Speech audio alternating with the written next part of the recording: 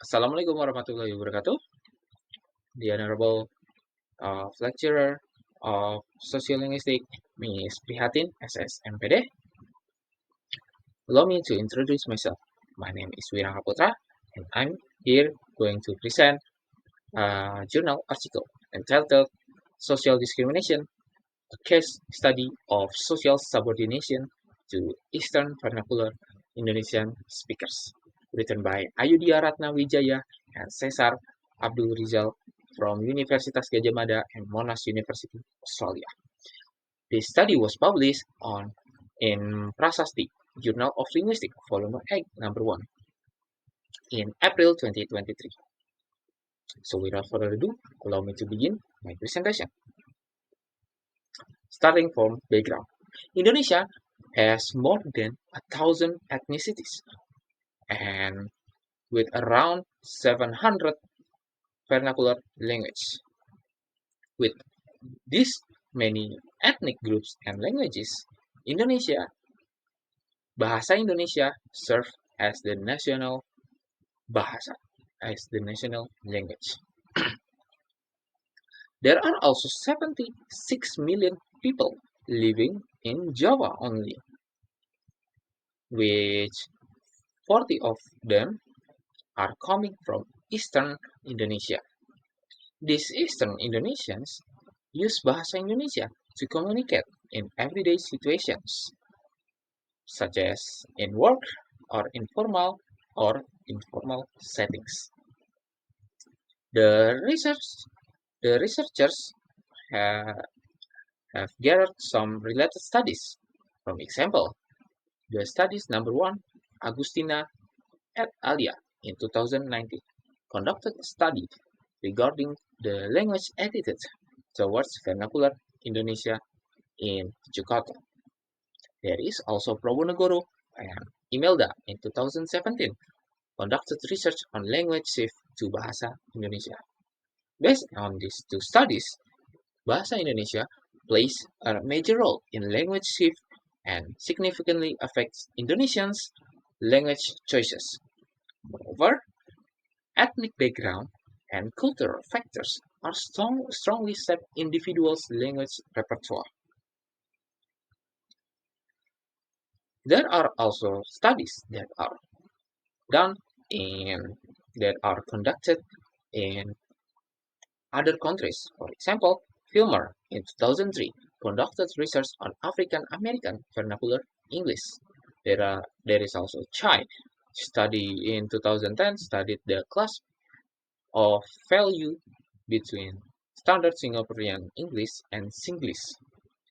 And the last one is We in 2005 conducted a study which discussed about how Singlish as a vernacular English influences people's labeling and discrimination. Based from all of the related studies, the gaps are found. For example, the first gap, there is no study that discusses how Eastern Indonesia Bahasa Indonesia speakers speak differently from the major versions, like Javanese or Jakartan Indonesians.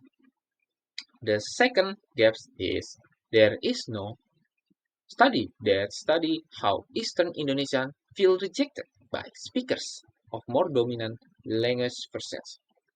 The last gap is there is no study that explore how the Eastern Indonesia people can adapt with dominant Bahasa Indonesia speaker. There are also research goals, which is to identify the distinctive linguistic features of the Eastern vernacular variety of Bahasa Indonesia from their phonological, lexical, and morphological aspect. The second goal is to examine the types of social discrimination experienced by Eastern Indonesian speakers when they use their variety of Bahasa Indonesia. And the last one is to explore the coping strategies employed by Eastern Indonesia speakers in response to linguistic discrimination and social subordination. Now we move to the methodology. This study employed a qualitative-quantitative method, which is a mixed method.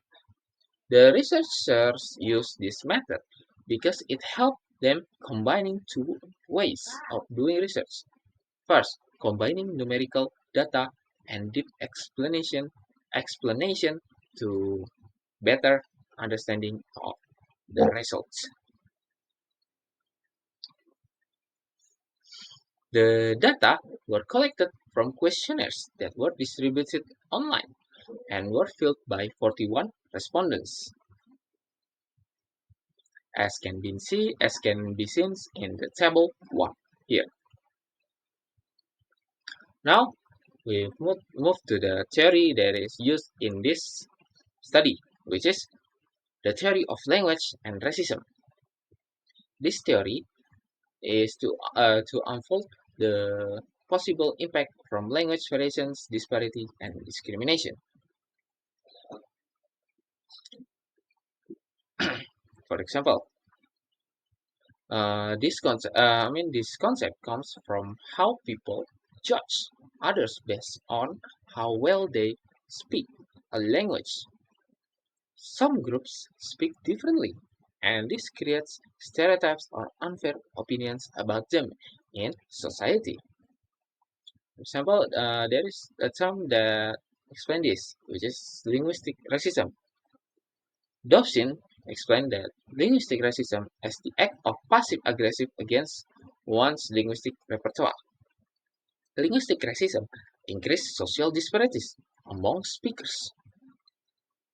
Uh, for example, this one, diglossia. According to Ferguson, diglossia is a situation where two linguistically relate, related codes are used in different sets of social functions.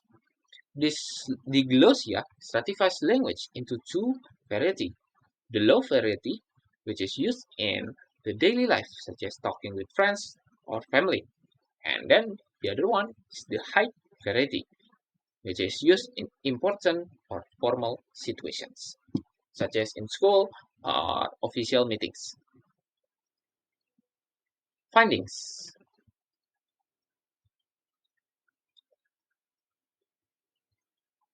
This study found that 82% people from the questionnaire have experience of visiting or staying in other areas.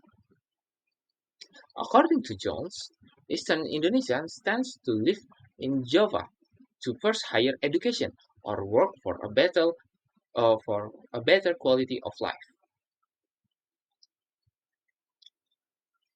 And then in table 5, the data explain that there are 73% of people from the questionnaire that experience miscommunication when they speak their bahasa Indonesia variation. In table 6, the study found that 37% of them have experienced intimidation from the from the speakers.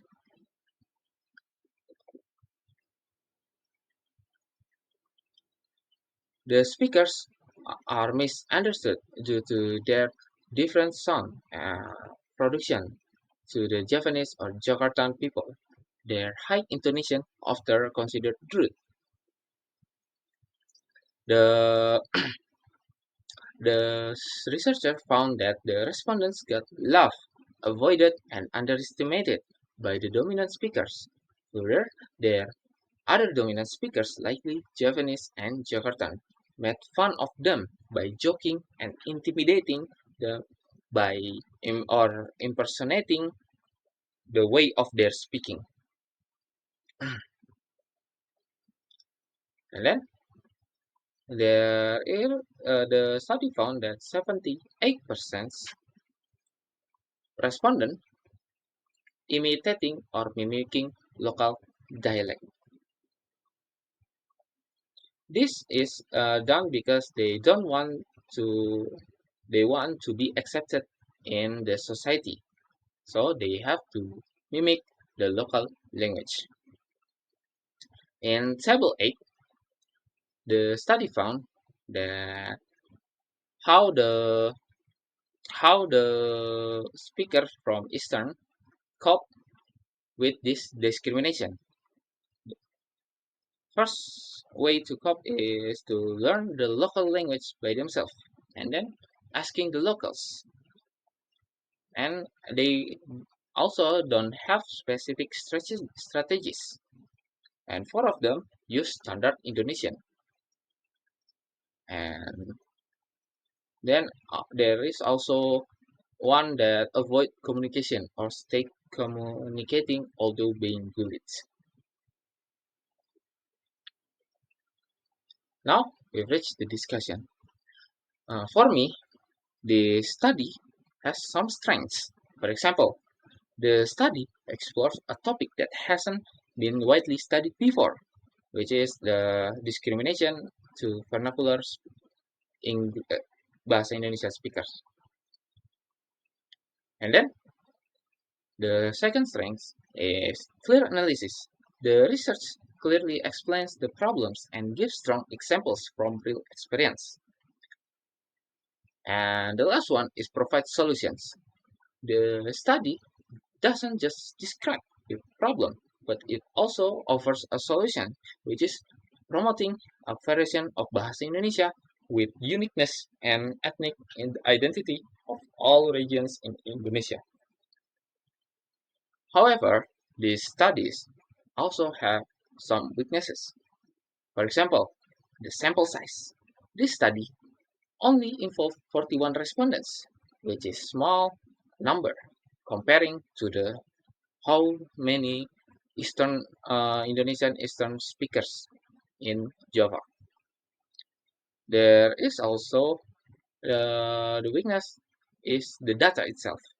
The data came from Google Forms, and responses are based on personal perceptions. While useful, this self-reported data can carry biases and inaccuracies, especially if the question involves feelings or experiences. So, for suggestions, I think the best suggestions is to add more in-depth, in-depth,